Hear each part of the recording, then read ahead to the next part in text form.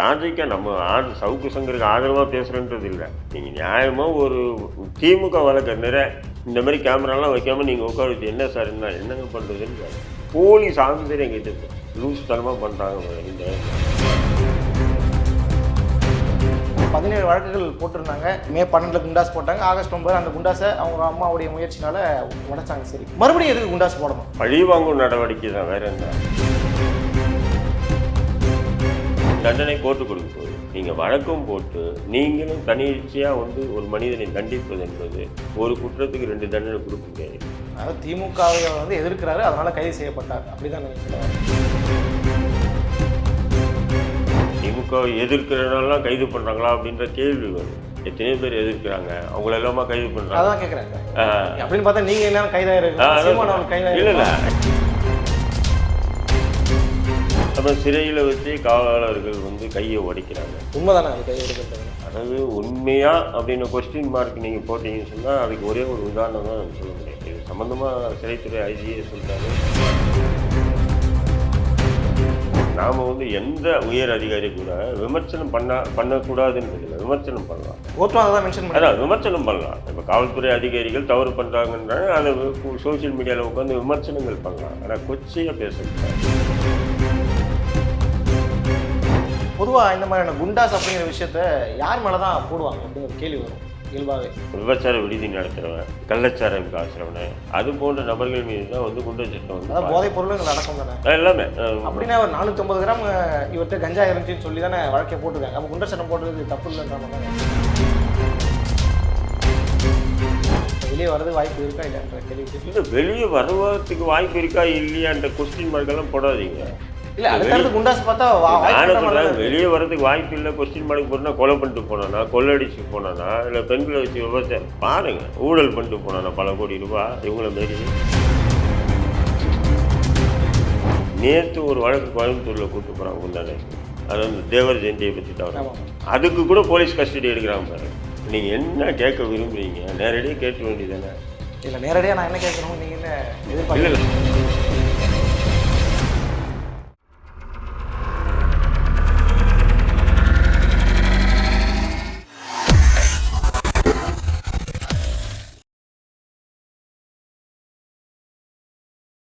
ஐத்தமிழ் நேயர்களுக்கு வணக்கம்.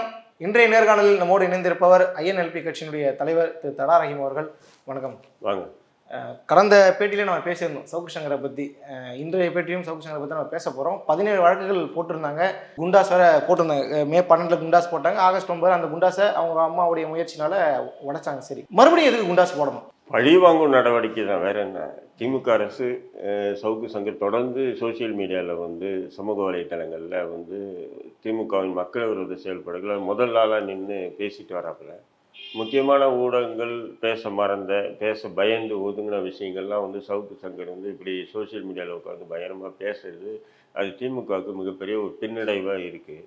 அப்போ அதுக்கு ஒரு கடிவாளம் போடணுன்ற அடிப்படையில் தான் என்ன பண்ணணும்னா, எப்படியாவது சவுக்கை கைது பண்ணணும், சவுக்கு நடத்துகிற சவுக்கு மீடியாவையே மூடணும் அப்படின்றது டிஎம்கேவுடைய பிளான்னு. அந்த பிளானின் அடிப்படையில் தான் என்ன பண்ணுறாங்கன்னு சொன்னால், அவர் ஃபஸ்ட்டு எடுத்தோன்னே அவரை கைது பண்ணாமல் அவர் கூட இருந்த நபர், முதல்ல கார்த்திக்ன்ற ஒரு நபர், அதுக்கப்புறம் இன்னொரு வேல்முருகன்ற ஒரு பையன், அப்புறம் இப்படியே வரும்போது அப்போ அந்த கோபத்தின் வெளிப்பாடாக தான் சவுக்கு சங்கர் ரெட்பிக்ஸில் உட்காந்து ஒரு வீடியோ பேசுகிறாப்புல. அப்போது என்ன சொல்கிறாரு, உதயநிதி ஸ்டாலின் சொல்லி இவர் ஏடிஜிபி என்ன பண்ணுறாருன்னு சொன்னால், என்னுடைய சவுக்கு மீடியாவை முடக்கிறதுக்குண்டான வழியை ஏற்பாடு பண்ணியிருக்காங்க அப்படின்னு சொல்லிட்டு அவர் அந்த அதிகாரியை பற்றி பேசும்போது என்ன பண்ணுறாரு, ஒருமையில் பேசுறது மட்டும் இல்லாமல் அதை தொடர்ந்து பெண் காவலர்களையும் அவர் கூட வேலை செய்யக்கூடிய பெண் காவலர்களையும் ஒரு மாதிரியாக பேசி விட்டுறாப்புல. அந்த வழக்கு தான் காவல்துறை அவர் மீது புகார் கொடுக்கப்பட்டு கைது செய்யப்படுறாப்புல. அது தொடர்ந்து பார்த்தீங்கன்னு சொன்னால் 20 வழக்கு கிட்ட இது வெளியும் போட்டிருக்காங்க. நம்ம இந்த 20 வழக்குமே பார்த்தீங்கன்னா எல்லாமே ஒரு விதமான பொய்யான வழக்குகள் தான். அந்த ஒரு வழக்கு, அதாவது காவல்துறையை பற்றி உயர் அதிகாரியை பற்றி தவறாக பேசுனது, உரிமையில் பேசுனது, அதை தொடர்ந்து பெண் காவலர்களை கொஞ்சம் ஒரு மாதிரியாக பேசுனதெல்லாம் கரெக்டு தான். அந்த பேசுகிறது தவறு தான். அதுக்காக வழக்கு போட்டிருந்தாங்கன்னா நம்ம இப்படி உட்காந்து விவாதம் பண்ண வேண்டிய அவசியமே இல்லை. ஏன்னா அந்த மாதிரி பேசக்கூடாது. நாம் வந்து எந்த உயர் அதிகாரி கூட விமர்சனம் பண்ணக்கூடாதுன்றது இல்லை, விமர்சனம் பண்ணலாம். கோர்ட்டும் அதை தான் மென்ஷன் பண்ணி அதான் விமர்சனம் பண்ணலாம். இப்போ காவல்துறை அதிகாரிகள் தவறு பண்ணுறாங்கன்றாங்க, அதை சோஷியல் மீடியாவில் உட்காந்து விமர்சனங்கள் பண்ணலாம். ஆனால் கொச்சையாக பேசக்கூடாது. அது வந்து மரபு இல்லைங்களா? ஏன்னா நம்ம அவங்களுக்கு கொடுக்கக்கூடிய மரியாதை இல்லை, அவங்க போட்டிருக்கக்கூடிய யூனிஃபார்முக்கு கொடுக்கக்கூடிய மரியாதை இருக்கா இல்லைங்களா? அது வந்து ஆத்திரத்தின் அடிப்படையில் அவர் கொஞ்சம் தடுமாறுற மாதிரி பேசுகிறாருன்னு வைங்களேன். அதுக்காக வழக்கு போட்டு கைது பண்ணியிருந்தாங்கன்னா நம்ம பேச வேண்டியதே இல்லை. காவல்துறை நடவடிக்கை சரியாக தான் இருக்குது, இதெல்லாம் திமுக பழி வாங்குற நடவடிக்கை இல்லைன்னு சொல்லலாம். ஆனால் அதன் பிறகு நடந்த ஒவ்வொரு விஷயமும் பாருங்கள். கைது செஞ்சு கொண்டு வரும்போதே வண்டி ஆக்சிடென்ட் தான். அந்த கார் பார்த்தா தூள் தூளாகிடுச்சு. கார் பார்த்தா அவ்வளோ பெரிய சரி, அந்த காரில் இருந்தவங்க யார், அவன் உயிரோடு செத்தானா, பொழைச்சானா, இல்லை அடிபட்டுதா, எத்தனை பேர் வந்தாங்க, பொம்பளை வந்தாங்களா, குழந்தை வந்தாங்களா அந்த காரில், அதெல்லாம் எதுவுமே வெளியே வரல. இது சம்மந்தமாக அந்த ஆக்சிடென்ட் நடந்த விஷயம் ஊர்லேயே நான் ஒரு சில பேருக்கு ஃபோன் பண்ணி கேட்குறேன். அப்படி ஒரு சம்பவம் நடந்ததான்னு இந்த ஊர்லேயே தெரில, அவ்வளோ சீக்கிரமாக வந்து அப்புறப்படுத்திட்டாங்க காவல்துறை அப்படின்னு சொல்லி சொல்கிறாங்க.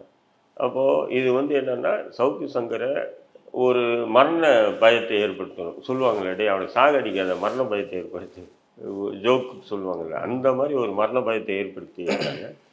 அதன் பிறகு கைது பண்ணுறாங்க, சிறைக்கு அனுப்புகிறாங்க. அப்புறம் சிறையில் வச்சு காவலர்கள் வந்து கையை உடைக்கிறாங்க. உண்மைதானே அது கை உடைக்கப்பட்டதுன்னா? அதாவது உண்மையா அப்படின்னு கொஸ்டின் மார்க் நீங்கள் போட்டிங்கன்னு சொன்னால் அதுக்கு ஒரே ஒரு உதாரணம் தான் சொல்ல முடியும். இது சம்மந்தமாக சிறைத்துறை ஐஜியே சொல்கிறாரு, சிறையில் சவுக்கு சங்கரர் இல்லை, யாரையுமே நாங்கள் அடிக்க மாட்டோம், அடித்தது பழக்கமே இல்லைன்றாங்க. அப்போ அவர் எனக்கு கை உடைஞ்சிருக்குன்னு சொல்லி நீதிமன்றத்தில் புகார் சொல்கிறாரு. நீதிபதி உடனே மருத்துவ பரிசோதனை பண்ணுங்கன்றாங்க. அப்போது கவர்மெண்ட் ஹாஸ்பிட்டலில் தான் வந்து பரிசோதனை பண்ணுறாங்க. பரிசோதனை பண்ணி கை ஃப்ராக்சர் ஆகிருக்குன்னு சொல்லி மாவு கட்டு போடுறாங்கன்னா அப்போ உண்மை இல்லாமல் எப்படி இருக்கும்? புரியுதுங்களா? 100% உண்மை தான். அப்போது ஜுடிஷியரி கஸ்டடி இருக்கும்போது, நீதிமன்ற காவலில் இருக்கும்போது ஒருத்தனை டச்சு கூட பண்ணக்கூடாது. அப்படி இருக்கும்போது நீதிமன்ற காவலில் இருக்கும்போதே அவனை அடித்து கையை உடைக்கிறாங்கன்னா, இப்போ சிறைத்துறையும் காவல்துறையும் நீதிமன்றத்தையே மதிக்கலைன்றது தான் இருக்கும்.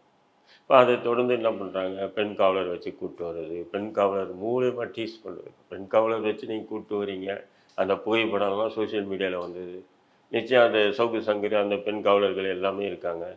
இப்போ அந்த ஃபோட்டோவை நிச்சயம் நீங்களும் நானும் எடுத்து வெளியே விடல, காவல்துறை தான் எடுத்து வெளியே விடுது.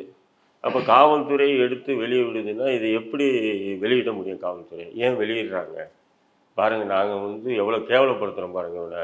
அப்போ இதை கேவலப்படுத்துகிற அளவுக்கு சவுக்கு சங்கருக்கு கேவலப்படுத்துகிற அளவுக்கு யார் தூண்டுறான்றாங்க? ஒரு பாதுகாப்பாக நான் கொண்டு வரேன்ற மாதிரி பாயிண்ட் ஆஃப் வியூ எடுக்கலாம்ல, எடுக்கிறது தானே இருக்குது. பெண்களை வச்சு ஒரு பெண்ணு இப்படி உட்காந்து காலால் இப்படி நோண்டுற மாதிரி பார்த்தீங்களா?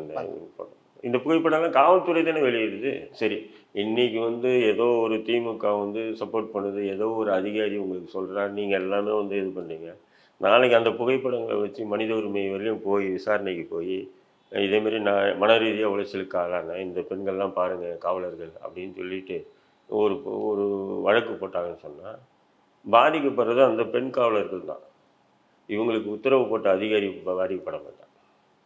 ஏன்னா சட்ட விதிக்கு எதிரானது. ஒரு ஒரு ஆண் காவலரை, ஒரு ஆண் அக்யூஸ்டை கூப்பிட்டு வராங்கன்னு சொன்னால் 2-3 பெண் காவலர் இருப்பாங்க, ஆண் காவலர் இருப்பாங்க, கலந்து தான் இருப்பாங்க. பெண் காவலர் மட்டும் அதுவும் இப்படி இது பண்ணி ஒரு ஃபோட்டோ எடுக்கிற மாதிரி, இதெல்லாம் காவல்துறைக்கே ஒரு ஒரு களங்கமாக தான் நான் பார்க்குறேன். நான் இது போல் வேறு யாருக்கும் இப்படி நடந்தது இல்லைன்னு சொன்னாங்க.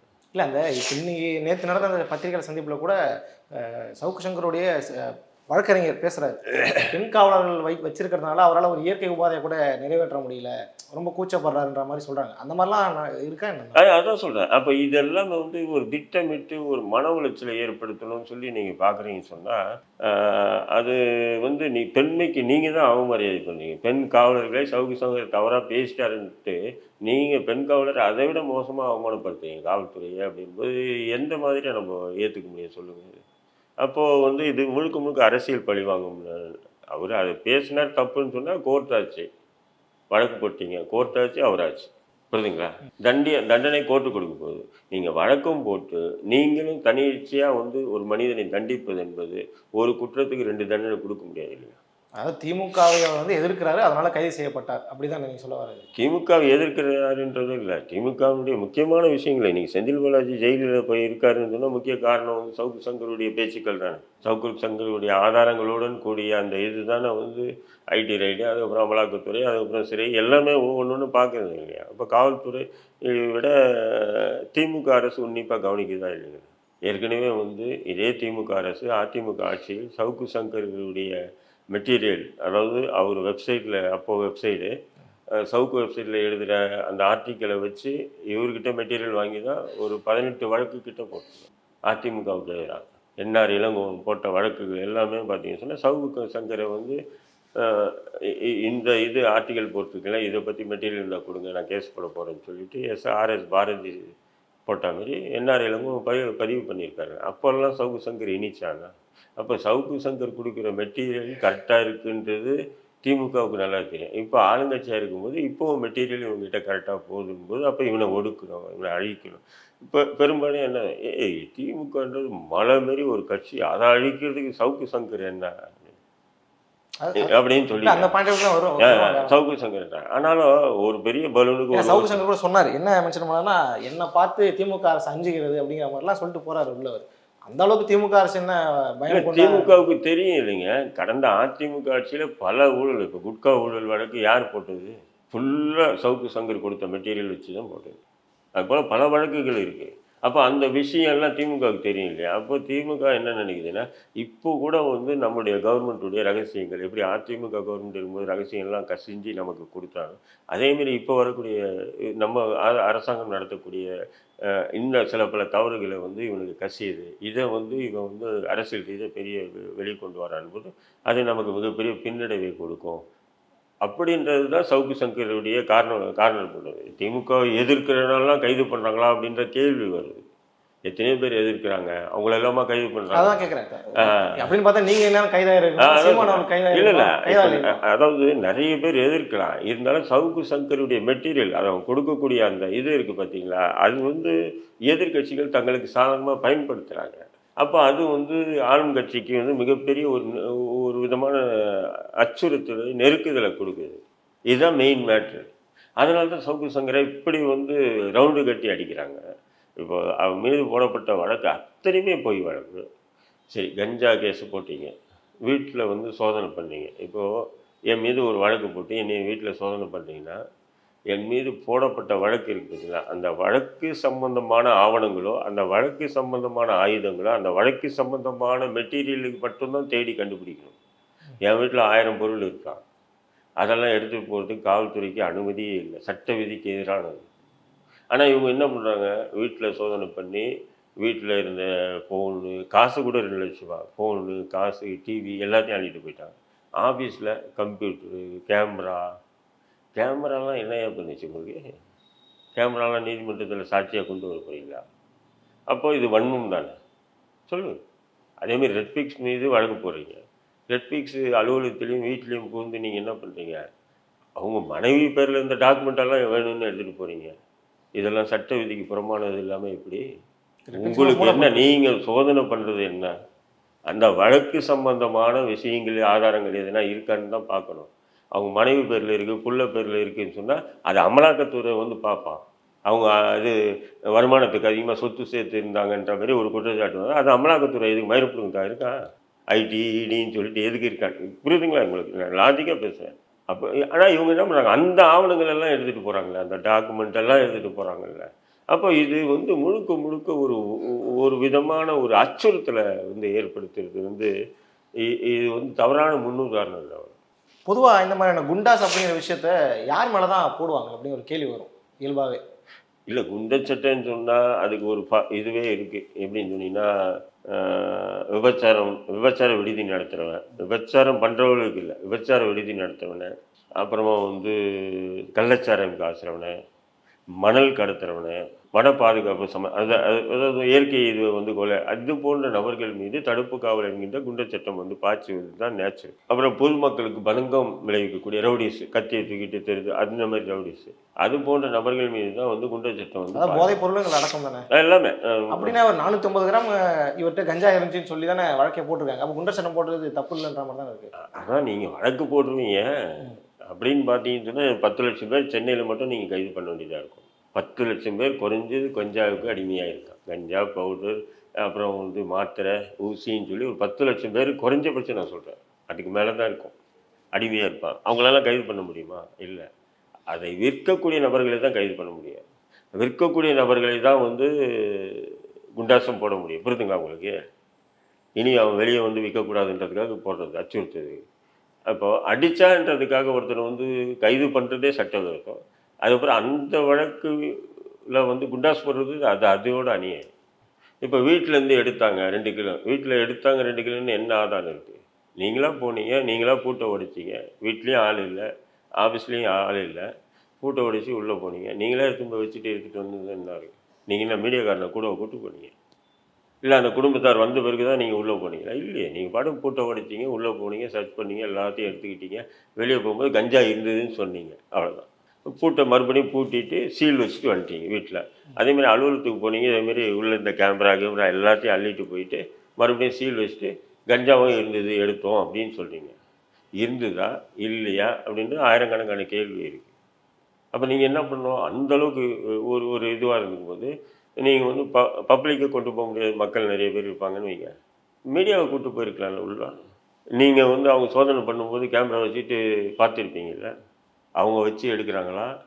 இல்லை காவல்துறை வெளியே வந்தவுடனே நாங்கள் வந்து இருங்க சார், நீங்கள் உள்ளே எதனா போய் வச்சுட்டு நீங்கள் கஞ்சா இருந்தது அது இருக்குன்னு சொல்லுவீங்க, அதனால் உங்களை சோதனை பண்ணுவேன் அப்படின்னு சொல்லி யாராலையும் ஒருத்தனை வந்து காவல்துறை நிப்பாட்டி அப்படி சோதிக்க முடியுமா? சோதிக்க முடியுமான்னு கேட்குறேன். முடியாதுன்னு போது அப்போ அவங்க எது வேணாலும் வச்சுட்டு இது இருந்ததுன்னு சொல்லலாம். அவங்ககிட்ட அதிகாரம் இருக்குது. பொதுவாக இந்த குண்டாஸ் வழக்கில் இருக்கக்கூடிய கைதிகளையும் சாதா கைதிகளையும் குற்றவாளிகளையும் எப்படி ட்ரீட் பண்ணுவாங்க காவல்துறை? இல்லை ஒரே மாதிரி தான். எப்படி ட்ரீட் பண்ணணும்னா வித்தியாசமாலாம் ட்ரீட் பண்ண முடியாது. தடுப்பு காவல் சட்டம் அது. அது குண்டாஸ் என்பது தடுப்பு. மிஸ்ஸா இருந்ததுங்க. மிஸ்ஸாவுக்கு பிறகு வந்து எம்ஜிஆர் காலத்தில் வந்து குண்டர் சட்டம்னு கொண்டு வந்தாங்க. மிஸ்ஸாவை அது வந்து திமுக ஆட்சி வந்தவுடனே அந்த மிஸ்ஸாவை எடுத்துட்டாங்க. அதுக்கப்புறம் குண்டாசுன்னு கொண்டு வந்தாங்க. இப்போ அந்த குண்டாசு சட்டம் தான் வந்து அதுவும் எதுக்காக கொண்டு வரப்பட்டதுன்னா இந்தமாரி விஷயங்களுக்காக கொண்டு வரப்பட்டது தான் குண்டாசு. இப்போ சவுக்கு சங்கர் குண்டாஸ் ஃபஸ்ட்டு போட்டாங்க, போர்டில் வந்து கன்ஃபார்ம் பண்ணிட்டாங்க. அப்புறம் நீதிமன்றத்தில் ரிட்டில் தான் உங்களுக்கு தெரியும், முதல்ல ஜி சுவாமிநாதன் தள்ளுபடி பண்ணுறாரு, அது இன்னொரு நீதிபதி தள்ளுபடி பண்ணல, அதனால் 3வது நீதிபதிக்கு போகுது. அவர் என்ன பண்ணுறாரு, இதுக்கு முன்னாடி இந்த குண்டர் சட்டத்தில் அடைப்பட்ட உடைய வரிசை நிறைய இருக்குது, அதனால் வரிசைப்படி வர்றது தான் சரி, எடுத்தோடனே எடுத்து விசாரிக்கக்கூடாதுன்னா இன்னும் அவங்க சுப்ரீம் கோர்ட் போயிடறாங்க. சுப்ரீம் கோர்ட்டில் என்ன சொல்கிறான்னு சொன்னீங்கன்னா, நீங்கள் வந்து குண்டாஸுக்கு வந்து நீங்கள் சென்னை ஹைகோர்ட்டில் பாருங்கன்னா மறுபடியும் சென்னை ஹைகோர்ட்டுக்கே வராங்க. அது சம்மந்தப்பட்ட 2 நீதிபதி அவங்க விலகிடுறாங்க, அந்த இது பண்ணக்கூடாதுன்னு விலகிறாங்க. அப்போ ஏதோ ஒரு ப்ரெஷர் அவங்களுக்கு கொடுத்துருக்கு இல்லையா? புரியுதுங்களா உங்களுக்கு? அப்போ என்ன பண்ணுறா, இன்னொரு நீதிபதிக்கிட்ட போகுது. அவர் நீதிபதி கூப்பிட்டு காரி துப்பி இருக்காங்க. அந்த துப்புன அந்த எஸ்எல் கூட காயலை. இந்த குண்டாஸ் போட்டது சட்டவிரோதமானது, தவறானது. ஆங்கிலேயர் காலத்தில் ரவுலட் என்ற ஒரு சட்டம் எப்படி வந்து சுதந்திர போராட்ட தியாகிகளுக்கு போட்டாங்களோ அதேமாரி இன்றைக்கி வந்து கருத்து சுதந்திரம், ஊடக விழாவிலேருந்து அவர் பேசியது தவறுன்னு சொன்னால் அதுக்கு சட்டத்தில் எத்தனையோ செக்ஷன் இருக்குது. அந்த செக்ஷனில் போட்டு அவர் வெளியே வராமல் நீங்கள் அவருக்கு தண்டனை கூட கொடுக்கலாம். ஆனால் தடுப்பு காவல் போடக்கூடாது. இவ்வளோ விஷயம் பேசிச்சு ஹைகோர்ட்டு, பேசி காரி துப்பிச்சு. அந்த துப்புனா காயத்துக்கு முன்னாடி இன்னொரு வழக்கில் வந்து குண்டர் சட்டம் பாய்வது என்பது இது மனித உரிமை மீறலாம் இல்லையா? கார்த்திக் சிதம்பரம் காங்கிரஸோட எம்பி வந்து கண்டனம் தெரிவிச்சிருக்காரு. சீமான் வந்து இது பாசிசத்தின் உச்சம்ன்ற மாதிரிலாம் பேசியிருக்காங்க. தொடர்ச்சியாக சவுக்கு சங்கருக்கு ஆதரவாக இப்போ குரல்கள் எழ ஆரம்பிச்சிருச்சு. சவுக்கு சங்கர் வெளியே வரது வாய்ப்பு இருக்கா? நான் போன பேட்டியில் இந்த கேள்வி கேட்டேன். கார்த்திக் சிதம்பரம் கூட என்ன சொல்லியிருக்காரு, சவுக்கு சங்கர் பேசுறது எனக்கு பிடிக்காது, அது தவறுன்னு குறிப்பிடுறாரு, அவரும் குறிப்பிடுறாரு, சீமானும் குறிப்பிடுறாரு. ஆமாம், பிடிக்காது, அது வேற விஷயம். அதுக்காக வந்து ஒருத்தர் மீது ஒரு குண்டர் சட்டம் உடையதுன்னா இன்னொரு குண்டர் சட்டம் உடனே போடுறது என்பது வந்து தவறானது அப்படின்னு சொல்லி மேற்கோள் காட்டி பேச, இதுதாங்க லாஜிக்காக. நம்ம சவுக்கு சங்கருக்கு ஆதரவாக பேசுகிறன்றது இல்லை. நீங்கள் நியாயமாக ஒரு திமுக வழக்கறிஞரை இந்த மாதிரி கேமராலாம் வைக்காமல் நீங்கள் உட்கார வச்சு என்ன சார் என்னங்க பண்ணுறதுன்னு கேட்குறேன். போலீஸ் ஆஃபீஸர் எங்கிட்ட சொல்கிறேன், லூஸ் தனமாக பண்ணுறாங்க ரஹீம் பாய். ஆஃப் த ரெக்கார்டில் பேசுகிறாங்களோ? ஆஃப் த ரெக்கார்டு தான். ஆஃப் த ரெக்கார்ட் தான் பேசுவாங்கல்ல. போலீஸ் அதிகாரியே சொல்கிறாங்க இது தப்பு அப்படின்னா. யாரோ ஏதோ பண்ணுறாங்க, என்ன பண்ணுறாங்கன்னு தெரியல அப்படின்னு. இப்படி போடவும் முடியாது இல்லையா? அப்போ இதனால் வந்து காவல்துறைக்கு தான் ஒரு நீதிமன்றத்தில் வந்து தமிழக அரசு அல்லது அமைச்சர்களோ எம்எல்ஏக்களோ அங்கே அசிங்கப்பட போகிறதில்ல. காவல்துறை தான் அசிங்கப்படும் நீதிமன்றத்தில். இப்போ வெளியே வரதுக்கு வாய்ப்பு இருக்கா இல்லைன்ற கேள்விக்கு இல்லை, வெளியே வருவதற்கு வாய்ப்பு இருக்கா இல்லையான்ற கொஸ்டின் மார்க்கெல்லாம் போடாதீங்க. இல்லை, அடுத்தடுத்து குண்டாஸ் பார்த்தா நானும் சொல்கிறேன், வெளியே வரதுக்கு வாய்ப்பு இல்லை கொஸ்டின் மார்க் போட்டுனா கொலை பண்ணிட்டு போனானா, கொள்ளடிச்சு போனானா, இல்லை பெண்களை வச்சு விபச்சாரம். நீங்கள் பாருங்கள், ஊழல் பண்ணிட்டு போனானா பல கோடி ரூபாய். இவங்கள மாரி சோசியல் மீடியாவில் உட்காந்து பேசுனதுக்காக சைபர் கிரைம் போட்ட வழக்குக்கு என்ன அதிகபட்சமாக நீங்கள் உள்ளே வைக்க முடியும்? இப்படி ஏதாவது குறுக்கு வழியில் ஏதாவது பல வழக்கு, இந்த வழக்கு அந்த வழக்கு இந்த வழக்கு, இப்போ ஒன்றும் இல்லை, இத்தனை வழக்கு போட்டு நேற்று ஒரு வழக்கு கோயம்புத்தூரில் கூப்பிட்டு போகிறாங்க முந்தா நேற்று. அது அந்த தேவர் ஜெயந்தியை பற்றி தவிர அதுக்கு கூட போலீஸ் கஸ்டடி எடுக்கிறாங்க பாருங்க. நீங்கள் என்ன கேட்க விரும்புகிறீங்க? நேரடியாக கேட்க வேண்டியதானே? இல்லை, நேரடியாக நான் என்ன கேட்குறோம், நீங்கள் என்ன எதிர்பார்க்க? இல்லை, அவங்கள கேட்குறேன், நான் உங்களை கேட்கல. காவல்துறையை நீங்கள் போலீஸ் கஸ்டடின்னா ஏங்க நான் என்ன சொல்கிறேன், பெரிய பெரிய குண்டுவெடிப்பு கொலை கேஸுக்கு பற்றி அதுக்கு கூட இவ்வளோ கஸ்டடி எடுக்கலைங்க. சவுக்கு சங்கரை இந்த கஸ்டடி எடுத்து மன ரீதியாக உளைச்சலை ஏற்படுத்துறதுக்காக நடத்தக்கூடிய ஒரு செயலாகவே நான் பார்க்குறேன். இப்போ நீங்கள் சொல்கிறத பார்க்கும்பொழுது சவுக்கு சங்கருடைய பேச்சுக்களும் அவருடைய நடவடிக்கை திமுக ஏதோ ஒரு வகையில் பாதிக்குது, அப்படி தானே? ஏதோ பெரிய பாதிப்பு வருது. இந்த ஃபார்முலா 4 ரேஸ் இது இருக்குங்களா, இந்த விஷயமா எடுத்துங்க. ஃபஸ்ட்டு வந்து சோசியல் மீடியாவில் பேசுனது சங்கர் தான் பேசினாங்க. இதனால் விளையாட்டுத்துறைக்கு என்னத்தை நன்மையை கிழிக்க முடியும் அப்படின்னு சொல்லி பேசுனாங்க. இது உதயநிதி ஸ்டாலின் தனிப்பட்ட இன்ட்ரெஸ்டோடு இது நடத்துகிறாரு. இந்தியாவில் வேறு எங்கேயும் இங்கே தான் நடத்துகிறாங்க. நடத்த வேண்டிய அவசியம் என்ன இருக்குது? இப்போ நம்மளே சொல்கிறோம், ஏன் நடத்தணும்?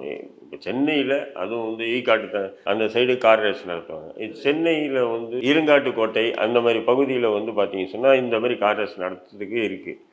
இப்போ சென்னையினுடைய மைய பகுதியில் நீங்கள் நடத்துகிறீங்க. இதனால் சென்னை முழுக்க வந்து டிராஃபிக் ஜாம் ஆகும்.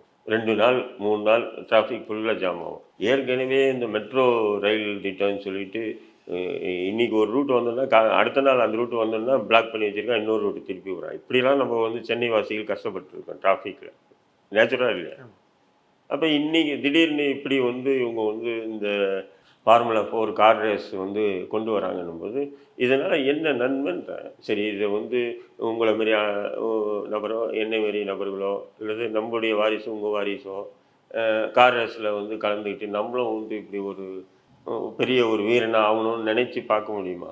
ஏன்னா பல கோடி இருக்கணும், அதை ட்ரைனிங் எடுக்கணும், அதாவது அந்த பயிற்சி எடுக்கிறதுக்கு பல கோடி ரூபாய் செலவு பண்ணுவாங்க. இந்த ஃபார்முலா கார் ரேஸ் இது இருக்கு போய் வண்ட வாகனத்துடைய விலையே அப்படி இது கோடிகள்லாம் இருக்கு, கோடிக்கணக்கில் இருக்கும். சாதாரணமாலாம் பயிற்சி எடுக்க முடியும். அப்போது உங்களுடைய மகன் உதயநிதி மகன் இன்பாநிதி வேணால் அதேமாரி பயிற்சி எடுக்கிறதுக்குனா வாய்ப்புகள் இருக்குது.